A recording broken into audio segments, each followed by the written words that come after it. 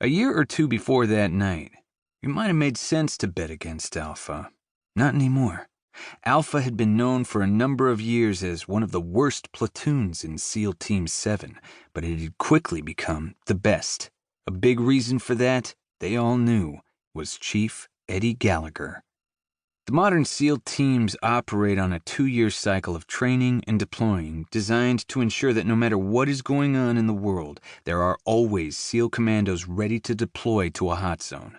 The cycle is known as workup. A new platoon forms at the start of the cycle. Then during workup, members spend 6 months training in individual specialty skills like sniper craft, underwater explosives, evasive driving, combat medicine, foreign languages, and surveillance.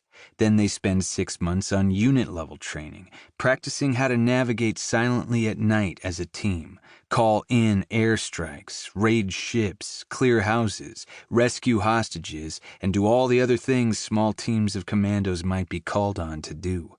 Then they spend 6 months on squadron-level training, where multiple platoons work together on complex battle scenarios with other naval special warfare groups, fast boats and helicopter teams, intelligence and cryptography techs.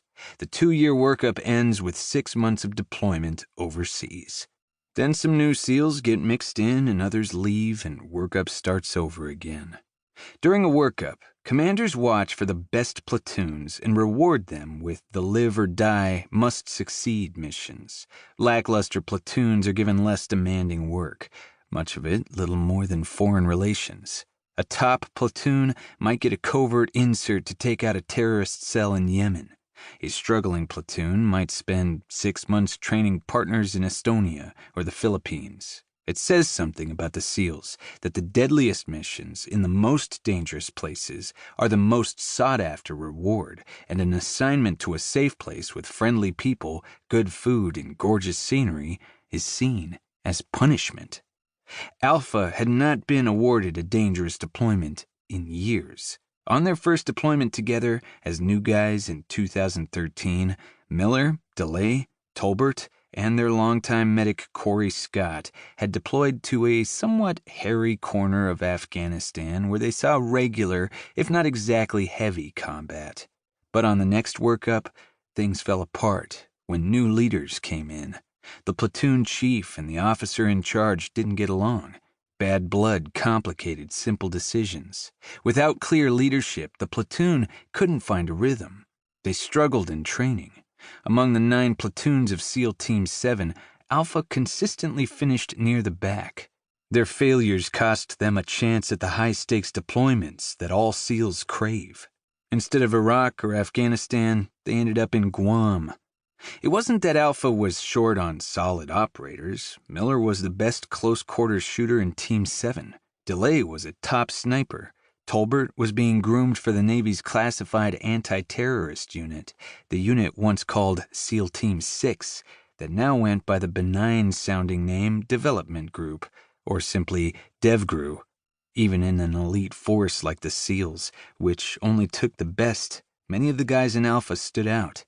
They were smart, motivated, and experienced. The senior guys had deployed twice together. They knew how to operate in near-perfect sync. Alpha was an all-star team. It just hadn't found the right coach. Eddie changed all that when he took over as their chief. He walked into Alpha's high bay in the fall of 2015, introduced himself, and announced he was going to make Alpha into the best platoon in Team 7. It was the beginning of a period some of the guys would later call worst to first. The high bay was home base for the platoon. Each platoon in Coronado had one. It was little more than an oversized garage that opened onto a narrow ribbon of asphalt, beyond which lay a creamy stretch of beach and the limitless Pacific. Inside, the high bay looked like Rambo's tool shed, stacked shelves overflowing with combat gear, including ropes for dropping out of helicopters, rigging for parachutes, scuba gear, and other equipment, all ready to go so that the platoon could get on a plane and drop into a hot zone at short notice. Each man had a closet-sized operator's cage packed with personal gear. At the back of the high bay, the guys had built a man cave of mismatched, ratty, secondhand couches where Alpha gathered at the beginning and end of each day.